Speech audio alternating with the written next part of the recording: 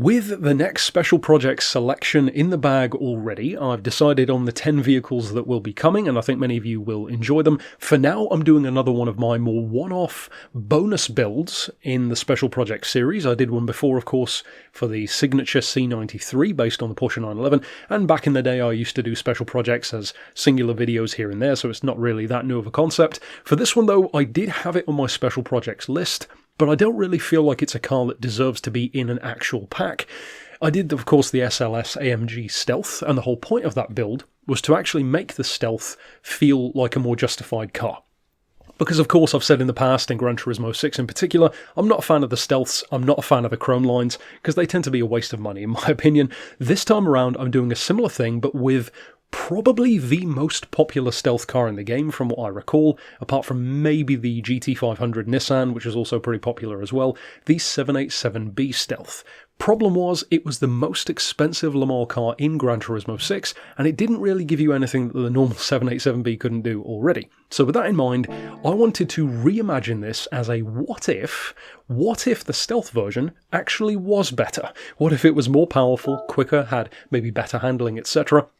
So with that in mind, I've kind of used it as a combination of the visuals of the Stealth, and of course I will have put on screen that you can grab this particular livery from the player who made it by clicking on the link in the description below. Of course, tons and tons of people have done stealth versions even of the 787B, so you could go for whichever one you want. This particular player I don't think had quite as many likes, so go over there and check that one out if you want to give them some support. As far as the tuning, of course there's not a huge amount that you can do to these LMP cars anyway. I do have the steering angle adapter to give it even better turn in on corners. I do have NOS, you don't necessarily have to do that, that's just a remnant of an older build.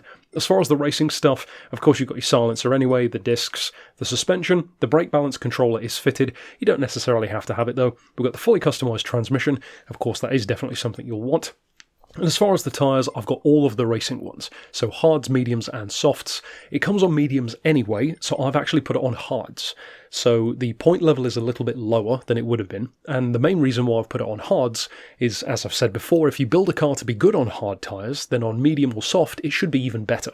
Whereas if you build a car that has to have soft tyres, then you have to put it on hards for whatever reason, it may not be drivable. So I prefer to do it that way around. Of course we've got the computer, the high RPM turbo, the fully customised diff, the power restrictor and ballast, and then that's pretty much it. So like I said, you can't do too much to these LMPs anyway.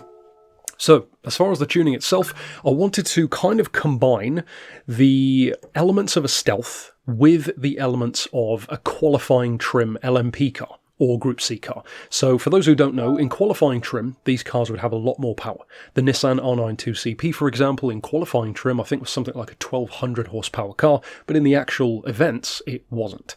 So likewise with this one, we've got nearly 1,000 horses. I haven't restricted it, and that's the vibe I wanted to go for. I've actually mixed it between a bit of a speed build and a bit of a grip build. So it's designed to be really good through corners with very high downforce, as you can see there in the top right, but also still with a good top speed. So even with full downforce, this will still do over 220 miles an hour and about 225, 230 with slipstream, if not higher. So more than enough for most circuits.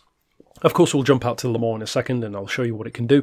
As far as the suspension, we've got 65 and 75, 5 on the anti-roll, 30, 40 then for the expansion on the front, 35 on the rear, 4.2 for the springs, 2.5 degrees of camber on the rear, 3 on the front, toe out 0.10 on the front, toe in 0.20 on the rear. Then as far as the diff, I've got 15, 20 and 40.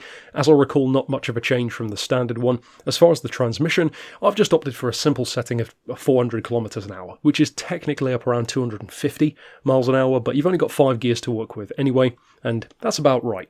You can, like I said, get it up around 220 pretty comfortably anyway. Then as far as the downforce, like I said, I've got it as high as possible. If, for whatever reason, you do plan to lower that for, more top speed, whatever the case may be, you will definitely want to stretch the gears out a bit more, because otherwise you'll just smack up against the red line way too quickly. So raise that one to maybe 440, 460 kilometers an hour, something like that.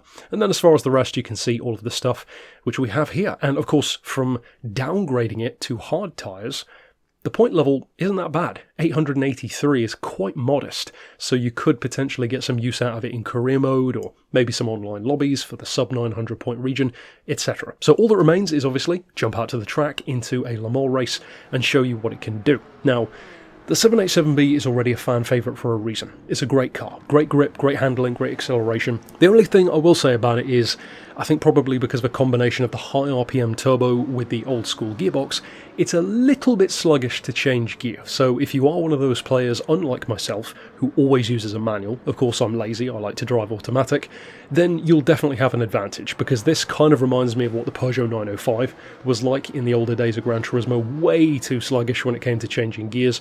With this one, it takes too long, so changing yourself definitely saves some time. You've only got 5 gears to work with, like I said, but still, 220, 225 miles an hour, even with the chicanes here at Le Mans, that's more than enough to win a race, even over a single lap going from the back of the grid to the front. So, like I said, the whole point of the build was kind of to make my version of what I expected the Stealth to be.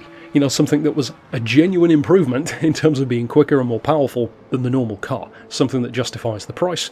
Of course, it didn't end up that way, but still, we can build it now instead. So if you decide to use this one, I hope, of course, you enjoy it. And of course, for those who are excited for the next special projects pack, then definitely stick around on the channel in the coming weeks. I'm not entirely sure when I'm going to drop it this month. I was waiting to see what they were going to do as far as a Christmas or December update. I may release the teaser trailer next weekend. We'll have to see, and of course we'll have to see what happens in the coming week as well. But that's it for this bonus build. Stick around for special projects, and thanks for watching.